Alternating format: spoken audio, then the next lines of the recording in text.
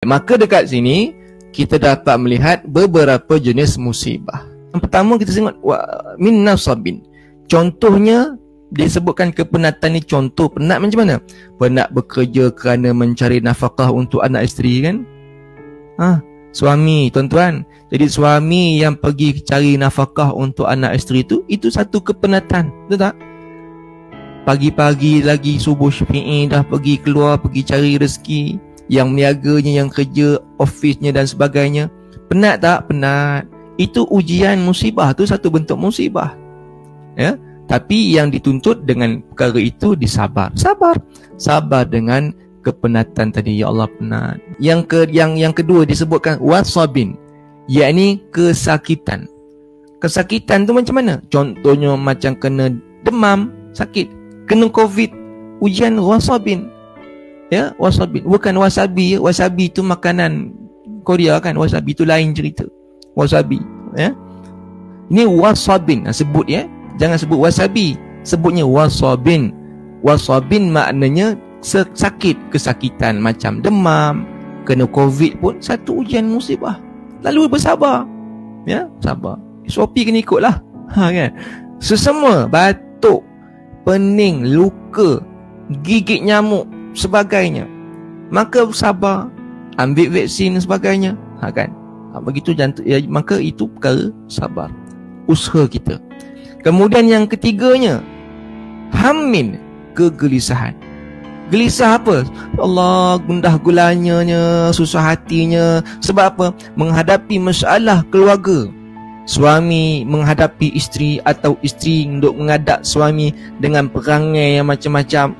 Ya, kadang-kadang berbeza, berselisih pendapat dan sebagainya. Ada tak? Ya, suami paling baran, isteri tak dengar nasihat. Ya, suami suruh isteri mendedahkan aurat. Ada. Ya, ada satu hari ada seorang hamba Allah lagi. Dia tanya soalan, bagaimana ustaz ya? Suami yang menyuruh isteri supaya membuka aurat. Ini namanya ujian hammin tadi. Kegelisahan macam saya susah hati ni ustaz. Pasal apa? Suami suruh pakai tudung pendek. Sebelum ni tudung labuh, tutup dadanya. Sekarang ni suami kata tutup ikat pendek je. Pakai baju yang ketat-ketat sikit. Pakai tudung tapi pakai ketat-ketat. Tapi saya tak mau ustaz. Adakah saya perlu ikut suami saya macam tu? Maka jawapannya tak perlu. La ta'ati bimaksiatillah, ya. Tidak ada ketaatan pada perkara-perkara maksiat. So tak perlu, tak wajib ikut. Kalau awak pakai tudung, saya tak nak, saya akan pisah dengan kamu. Tuan-tuan, perkara itu jangan ikut. Ya. Kalau suami buat juga perkara itu, berdosa dia kerana menyuruh isteri melakukan maksiat. Ya, so isteri kan berhadapan dengan macam-macam TL suami tu tak? Yang malahnya, yang tak bagi nafkahnya, yang pandai baranya, yang egonya, yang sombongnya kan, yang tak nak jumpa mak ayahnya, yang bergaduh adik-beradiknya, macam-macam. Yang suami pula mengadap isteri perangai pula macam-macam kan, asyik nak merajuk je kan, asyik nak emosi je, asyik emo je kan, masak tak sedap, belajar berapa tahun tak pandai-pandai masak kan, itu kerenah-kerenah ya. Manusia ni kan kompleks. So maka itu namanya ujian dalam bentuk hammin tadi, kegelisahan. Maka bersabar, sabar, tenang. Manusia tuan-tuan kan. Baik, kemudian yang keempat, hazanin, yakni kesedihan. Umpamanya berada dalam kesedihan akibat kematian orang yang dikasihi, kehilangan harta dan lain-lain kan. Kematian orang yang disayangi COVID, sedih tengok kan.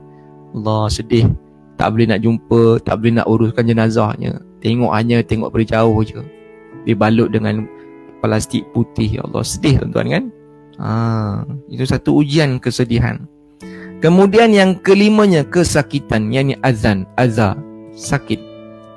Misalnya wujud benda yang menyakiti hati kita, seperti orang mengata kita. Itu bentuk azza. Ya, orang mengata kita, orang memfitnah kita dan seumpama dengannya. Kemudian yang terakhirnya ghammin, yakni gundah gulana ataupun kesusahan. Jadi kesusahan ini secara umum lah, duka cita, kesusahan, susah. ya, kemiskinan dan sebagainya. Maka apa yang boleh kita ambil pengajaran daripada hadis ni? Bersabarlah dalam menghadapi semua ujian yang disebutkan ini, semua musibah ini yang menimpa kita. Ya, kalau kita orang beriman, dia akan sabar. Kerana apa? Kerana dengan sabar itu akan menyucikan dosa-dosa kita. Banyak dosa. Kadang-kadang tuan-tuan kita tak perasan kenapa banyak ujian ni. Sebab itulah caranya Allah nak hapuskan dosa kita. Itulah caranya Allah nak bagi kita syurga. Kan? Sebab syurga ni bukan mudah nak dapat. Sebab itulah cara Allah nak ampunkan dosa kita yang banyak. Selama ni banyak berkata kasar dengan suami. Dengan cara itu Allah uji kita supaya Allah nak ampunkan dosa kita. Sebab Allah nak bagi syurga. Pandang kita dari sudut itu. Ya.